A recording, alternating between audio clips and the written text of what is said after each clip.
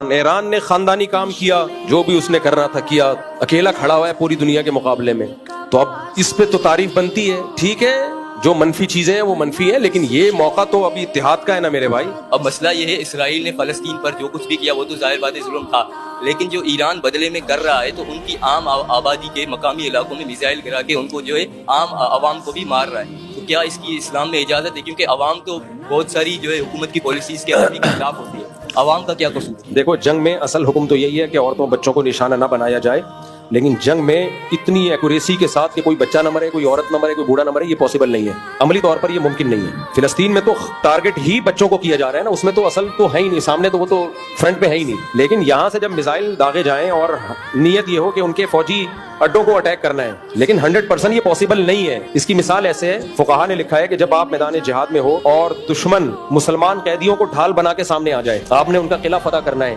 اب انہوں نے کیا کیا، مسلمان قیدی سامنے لا کے کھڑا کر دیا کہ تیر مارو گے تو ان کو لگے گا، تو شرعاً ان کو بھی تیر مارنا جائز ہے۔ وجہ اس کی ہے کہ پھر تو آگے بڑھ ہی نہیں سکیں گے، فتح ہو ہی نہیں سکتی، وہ کھا جائیں گے ہمیں، طاقت میں آ جائیں گے۔ اس میں علماء نے لکھا ہے کہ نیت کرے گا، اللہ میں اس مسلمان کو مارنے کی نیت نہیں کر رہا، میری نیت اس کو مارنا ہے، لیکن اس نے ڈھال بنا لیا، میرے پاس کوئی آپشن نہیں ہے۔ تو جنگ میں یہ ممکن نہیں ہے کہ جی بالکل آپ نے جس کا نشانہ بنایا اسی کی کھوپڑی پہ جا کے میزائل لگے، یہ پاسبل نہیں ہے۔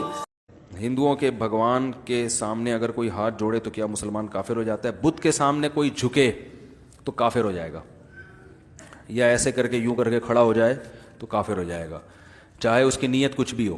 البتہ مجبوری میں اگر وہ یہ کام کر رہا ہے کہ ہندوؤں میں پھنس گیا، اسے ڈر ہے کہ مار دیں گے مجھے، تو پھر مجبوراً ایسے کر رہا ہے، جو وہ کر رہے ہیں وہ بھی وہی کرتا چلا جا رہا ہے کہ فی الحال موقع ملے تو نکل لوں گا، تو وہ مجبوری ہے، اس میں کفر کا فتویٰ نہیں لگایا، کیونکہ کچھ اعمال ایسے ہیں کہ ان میں ظاہر پر شریعت نے حکم کا مدار رکھا ہے۔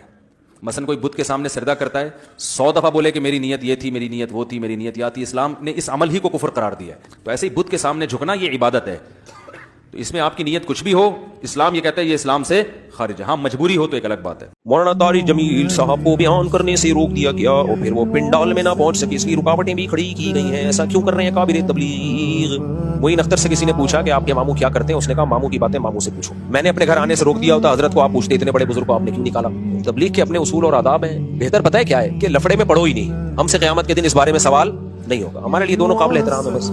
باقی جہاں اجتماعی نظم ہوتا ہے وہاں بہت ساری چیزوں کو لے کے چلنا پڑتا ہے۔ ولی والوں کا ایک نظم ہے، ایک سسٹم ہے، ان لوگوں کا ایک پورا ایک نظام ہے، وہ تھوڑی اس نظام کو آگے پیچھے ہونے دیتے ہیں۔ جو اصولی طور پر ایک بات ہے جو بالکل بدیہی طور پہ غلط معلوم ہوتی ہے، دیکھو جہاں بھی انسان ہوتے ہیں آپس میں اختلاف ہوتے ہیں، لیکن میڈیا کی زینت نہیں بننا چاہیے، وہ میڈیا کی زینت نہیں بننا چاہیے۔ جو بھی روٹی کھائے گا، گوشت کھائے گا، کچھ نہ کچھ اللہ نے صحابہ میں اختلاف کیوں کروایا؟